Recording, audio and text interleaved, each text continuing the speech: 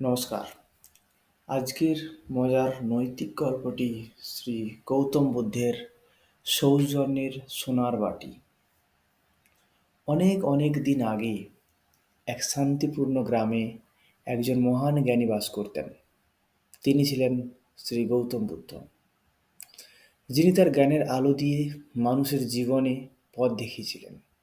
তার জীবনযাপন ছিল খুবই সরল, কিন্তু তার কথা ও কাজ ছিল গভীর এবং সবার জন্য শিক্ষণীয়। একদিন একটি দরিদ্র গ্রামবাসী তার সমস্যা নিয়ে বুদ্ধের কাছে আসেন।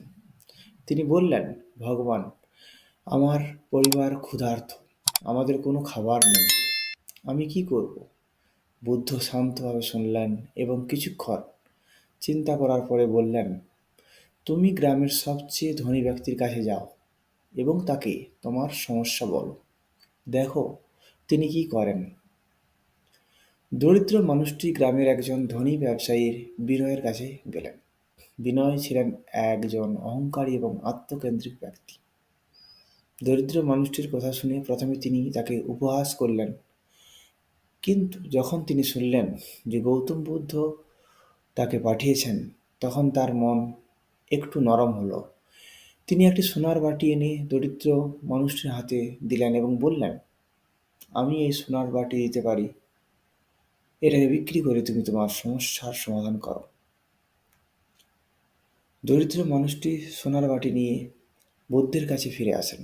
বুদ্ধ তাকে বললেন, এটি গ্রামের বাজারে নিয়ে যাও এবং বিক্রি করে খাবার নিয়ে এসো।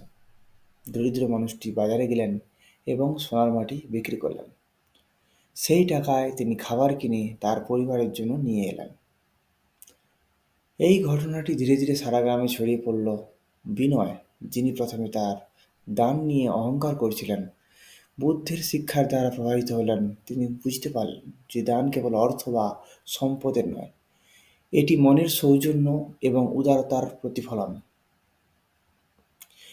বুদ্ধের শিক্ষা সারা গ্রামে আলোড়ন তুলল।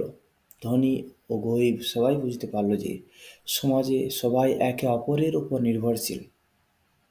একে অপরের প্রতি সহানুভূতি এবং সাহায্যের মনোভাবই জীবনের প্রকৃত সৌন্দর্য। এই গল্প থেকে আমরা শিখি যে দানের মাধ্যমে শুধু অন্যের উপকারী নয়, নিজের মনকেও শুদ্ধ করা যায়। করুণা, সহানুভূতি এবং উদারতা মানুষের জীবনে নতুন দিশা দেখাতে পারে। বুদ্ধ আরও একটি গল্প শোনালেন, যেখানে তিনি বললেন যে একটি ছোট দানও অনেক বড় পরিবর্তন আনতে পারে। তিনি উদাহরণ দিলেন এক বৃদ্ধ মহিলার, যিনি তার সাধ্যমতো কয়েকটি শস্যদানাও দান করেছিলেন। তার দান একজন ক্ষুধার্ত ভিক্ষুকে বাঁচিয়ে তুলেছিল। বুদ্ধ বললেন, দান কখনো ছোট বা বড় হয় না, এটি হৃদয়ের বিশুদ্ধতা দিয়ে পরিমাপ করা হয়। গল্পের পরিণতি, যেটি ধনী ব্যবসায়ী বিনয় বুদ্ধের কাছে এসে ক্ষমা চাইলেন এবং প্রতিজ্ঞা করলেন যে তিনি আর কখনো অহংকার করবেন না। তিনি তার সম্পদ গরিবদের সাহায্যের জন্য ব্যবহার করার সিদ্ধান্ত নিলেন।